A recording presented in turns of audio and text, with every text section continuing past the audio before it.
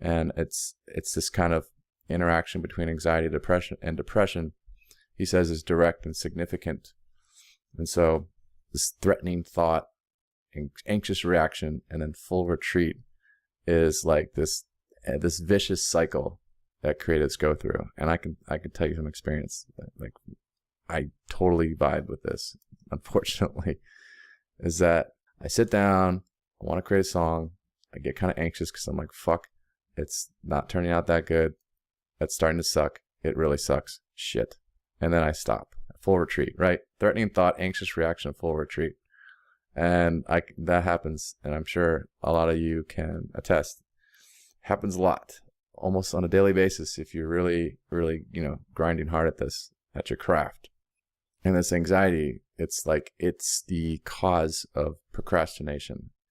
And working with a lot of students, I've noticed this, is that, like, especially if you're working a 9 to 5 and or going to school, like you just it's really, really hard to find time for music. And as a result, you get anxious about it because you're not getting music done. And then you're just like, well, okay, there's just no way I can do it. But what I tried to really express to them is, of course, there's a way to do it. You just have to structure your day out properly. Even if it's an hour, or 2 hours. Like I was speaking to one student, and he's like, I just don't have time at all for music. And he's like, I come home at 7, and then I have dinner, and then I kind of have to like wind down, and then I have to get ready for, have to go to bed and get ready for work. He's like, I'm like, well, what time do you go to work? He's like, well, I get up at 6, and then so, okay. All right. You get home at 7, right? And you have dinner. What is that? That's 7 to 8. And then you have, you want to get 8 hours. Then you have 2 hours to bang out music every night. And he didn't realize that the whole time. There's little things in the day that are kind of taking away your attention that you don't need to do. And if you square out just like 1 to 2 hours a day at the least, and say, okay, and you write it down and say, okay, I have to get this done today, it's going to help you to get it done. Because if you write it down and it's visible and it's there and it's waiting to be checked off or crossed off, it's going to make you do it more. Basically, my point here is that if you don't think you have time for music, I promise you do. You just do. Okay? If you are so busy that you literally don't have any time, like not even an hour in the day, to pursue something that you're passionate about, there's something seriously wrong. I know that all of you have the time to pursue your craft, whether it's an hour a day or block off a lot of time during the weekend. You definitely have time. It's just a matter of organizing and stop freaking out that you don't, because you do. I feel like this anxiety leads to this thought, this misconception that you don't have time for music, because it is anxious to go in the studio and knowing that you only have 2 hours to come up with something, but don't feel like you do. Like just open your DAW or your notepad or your easel, whatever creative endeavor you're doing, and just write, just if you're like, for music, for example, what I say for people who are like struggling, like, is just get a drum beat down, get down like a melody, like just get something down. And the process of initiating creative expression fuels the progression of it, is what I've experienced and what I've myself and with other people, is you really just got to get that momentum going. And so even in like an hour, 2 hours, even in an hour, you can get a solid idea down. And that's all. Like, in a lot of my favorite composers, if you will, musicians, they say that, and I can say this from experience, is that their best ideas came very quickly, right? Like sometimes you'll be working on a song or something for a very long time and it'll just lose its flavor, right? Like you've been chewing gum for too long. You're like, ugh. But some of the best works as artists come to us very quickly. And so don't feel like you have to spend hours and hours on an idea for a song. Really, you might even need to spend 20, 30 minutes sometimes. So keep that in mind. You have to brave anxiety, not do everything in your power to avoid it. This I thought was pretty controversial, because with anxiety, we treat it a lot by dulling it. At one point, I was having trouble sleeping, and I went to a psychiatrist, and just small note, with no shade on psychiatrists, but it was way too easy to get a prescription for Xanax. So I took Xanax, and when it dulls your anxiety, right? By dulling, I feel like anti-anxiety medications like Xanax, it avoids the anxiety in a way. And what he's saying is that as creatives, we need to brave the anxiety, like face it head on. He who strives will never enjoy this life peacefully. Dr. Maisel says, inner calm may be a blessing, but it is not a goal. If you make inner calm your goal, you are likely to start avoiding your very best meaning-making adventures. This is super, super controversial, because it's kind of alluding to the last podcast, in that, like with bipolar disorder, right? Lithium is a way to, it kind of dulls. It's been shown in some reports to dull people's creativity. And I feel like this is similar in that you find this inner calm, but you're also losing sort of fire that you had for your creativity, for your ideas. And that's a topic that's pretty heated right now. And I'm not going to shy away from it, but it's something that just needs to be fleshed out more. I do want to explore new ways of treating various mental illnesses, because at the end of the day, psychology is it's a social science. So it's never fully 100% this is that, you know? So that's why I think it's really good to explore these different ideas, is to really push the field forward and open up people's minds to different ways of approaching mental illness, specifically with creatives. And I really like how Dr. Maisel was looking at how we find a lot of beauty in what we create, and that can be a downfall for creatives, because you kind of put all of your eggs in the basket, which is your creative work. And I don't think that's healthy, and he doesn't either. He says that you may have calculated that the beauty in your life will reside in your artistic or scientific creations, and that if you make your poem, sculpture, or theory true and beautiful, you will have done a sufficient job of realizing your potential and making meaning. This is a mistaken calculation. Unless you can find the heart to call yourself the beauty in life, despair will pursue you, no matter how many of your paintings end up in museums or how many of your articles end up in scientific journals. And this, I just get so many ideas from this passage, because I think of Avicii, and I think of how there was so much beauty in his music, and he no doubt found a lot of beauty in his music, but I don't know. I don't want to cross boundaries here, but I'm just going to talk freely. Is that maybe possibly he didn't find the heart to call himself the beauty in life. He found beauty in his music, but not in himself.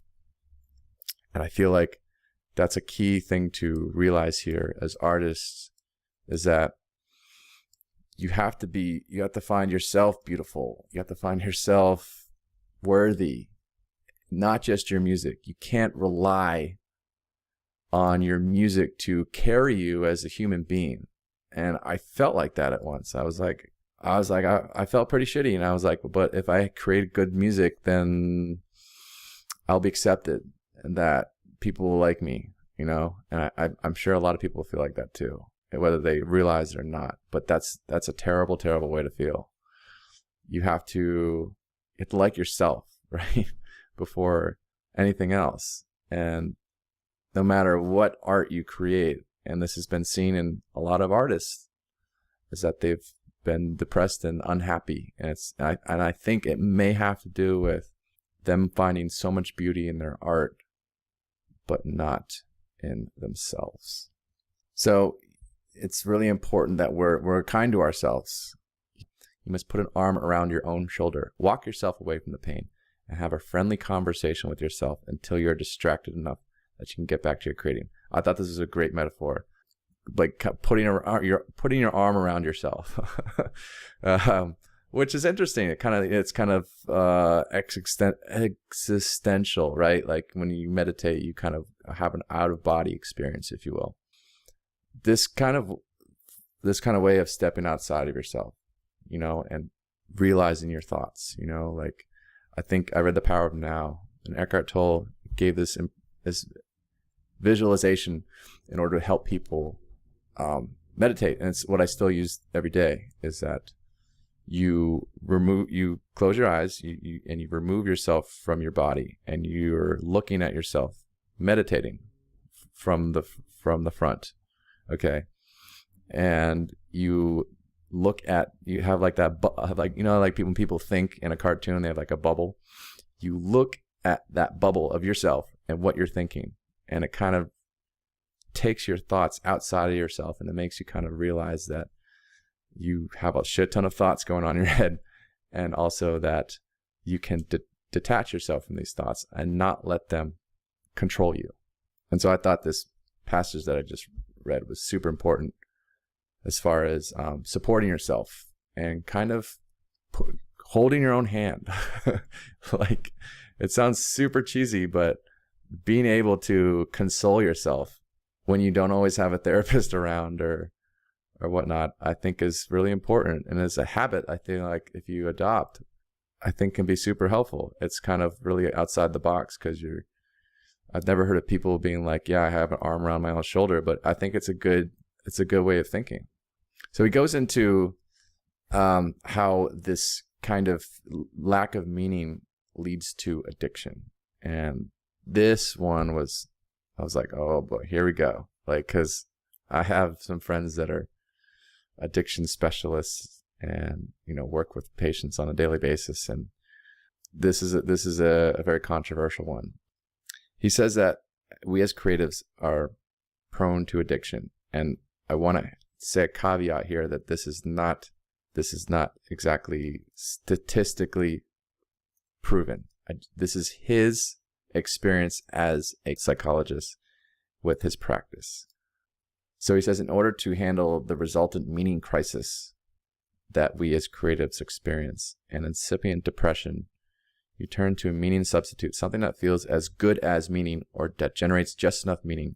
This meaning substitute may be anything from fantasies of glory and dreams to revenge to scotch, Vegas binges, internet surfing, or sex.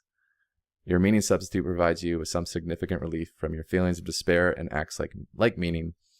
Turning to that meaning substitute becomes habitual, psychological, and biological dependence sets in, and your addiction locks in place.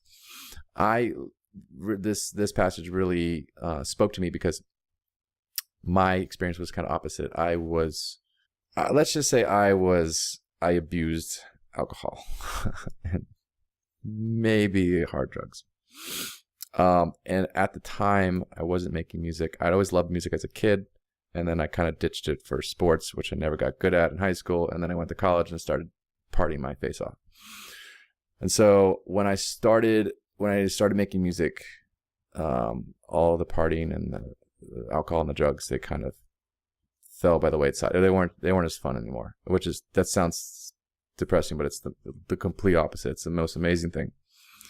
But it was a meaning substitute for me, in that I found meaning, or what I thought was meaning, in partying all the time and drinking, whatever. But I found much more meaning when I started making music.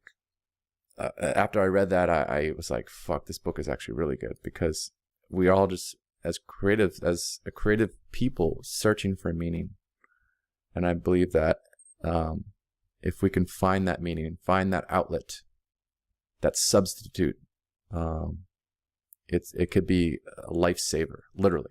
And I like how he goes into addiction from a standpoint that I've not really heard before, and that in that addiction is kind of like a comfort. It provides a comfort for one that you don't have to think, you don't have to make too many decisions. And maybe I've personally never heard a theory like this, but he says the great irony of addiction is that despite its terrible consequences, despite the guilt and the despair that come from being out of control and from knowing that you are out of control, this addiction is still less of a problem than its freedom. The bondage is real bondage, but an almost happy bondage. For while you are addicted, there is no question about how to fill up your time. You drink and keep drinking, and you sleep it off, get sick, you go to the emergency room, you make scenes, you lose friends, you break bones. This is like my whole life, basically, for 6 years in college. This, it turns out, is easier than sitting in the blinding sunlight and answering the question, what healthy thing can I do for my freedom? Damn, that was like, that is the description of how I felt at the time when I was overusing fucking alcohol. He says the addict, also inexplicably bound to his addiction, finds, like the bound man, important reasons not to fight the addiction. While he's bound up, he is less free, but he's also less anxious. It's so true. Like I felt like it was liberating for me to limit myself in what in my worries, in what I needed to, what I should be doing. Deep down, I knew I should be doing greater things with my life, but it brought anxiety to me because I was never really sure of what I should be doing. So instead, I felt more comfortable and liberated just getting shit-faced. And he says that creatives are more prone to addiction, but I don't want to state that firmly because I need to look at more evidence, more research-based stuff, because I guess I should be critical of these books and not just be like, that was an amazing book, it was the greatest thing ever, the end. The one I guess con of this book is that it's not very research-based. I mean, he's clearly a professional in the field, has tons of accolades, but he doesn't cite a lot of research as opposed to the other two books I read. He does. I mean, he's had this practice for a long time. He has a lot of case studies, and there's nothing wrong with case study research, but it's too haphazard to just say that creatives are more prone to addiction without giving more data on that. So I might have to go more into academic literature and scholarly journals, going way back into the annals of grad school days. But let's be real, like a lot of musicians that you can think of were addicts, actors, writers, poets, lots of poets, right, from the book last week. So that's what I want to go into. And also I really want to look at anxiety. This one looks at depression, and I think some of the tools that I mentioned are great for depression and really getting out of that funk and finding meaning. That meaning can be the fire, I believe, that fire starter to really, and I'm not just saying that because it's something I say for my brand, but I really do think that finding meaning in your work, in your creative work, is a really a good spark, right? It's to get your creative juices flowing again. I say this all the time. I'll be listening to music that my students send me for feedback, and a lot more lately I'll ask what's the purpose of this song? Meaning, like, what are you trying to say here? What are you trying to express? What emotion is in the song, right? That's what I was hinting at last week, is that I'm not too thrilled about lithium being treated for bipolar disorder necessarily because it dulls emotion, if you will. And emotion is super important for creative work. I feel like this is a great start. Looking at depression with creatives is to really seek out that meaning and really kind of change your thinking without having to resort necessarily to antidepressants. I'm not saying those are bad, but I really want to continue exploring and digging deep and seeing what else can be done for creatives, for artists who are dealing with depression that don't necessarily have to be treated with pharmaceuticals. So Dr. Maisel ends the book saying, it doesn't matter if you're the greatest composer the world has ever known, the greatest painter, the greatest intellect, the greatest soul. You must get down off your high horse, tear your enemies' lists to shreds, and stop criticizing and blaming others for your own failures. You must alter your picture of the universe and let go of your feeling that you are a martyred genius and that the universe is your nemesis. You are special, but you are not that special. You must matter, but like a hero, not like a tyrant. I love that. Love that, because as creatives, we have to be heroic in a way, because we're kind of going against the grain of what society tells us we should be doing, and that in itself is heroic, in my opinion, because you have to go through a lot of solitude. You're sacrificing finances, possibly friends, prestige initially. It's in my eyes, it's a heroic endeavor, and you need to look at it as such. And I think that's a really good way of going into the studio, is to approach it like you're on a mission, right? You're a hero on a mission, as opposed to, I have to come up with something good. Like, treat it as like an adventure, like find meaning in your work through fun. Just really have fun. That's like something that I really struggled with for a long time, is that I stopped having fun in the studio, and that killed everything. Like, if I'm sure you heard it before, if you don't like your music, how's anybody else gonna like it? So, like, the same goes with, if you're not having fun making music and making songs, making art, how's anybody else going to get any type of emotion or fun out of it? Especially dance music. Shit, like, if you're not dancing in this or moving around in the studio to your song, like, no one's gonna do it on the clubs and the dance floor. So I thought this was super important to leave off with, is that we could easily just go, do normal work, if you will, go to a 9-to-5 or work in insurance or whatever all of our other friends are doing, and go the normal route, what society tells us. But we choose not to, because we want to do something special, and we have to find meaning in that work. We can't just do it to show them. And this is something that I saw Gary Vee recently, and it's so true, is that a lot of people try to do their work in order to prove people wrong. That's a bad motivation.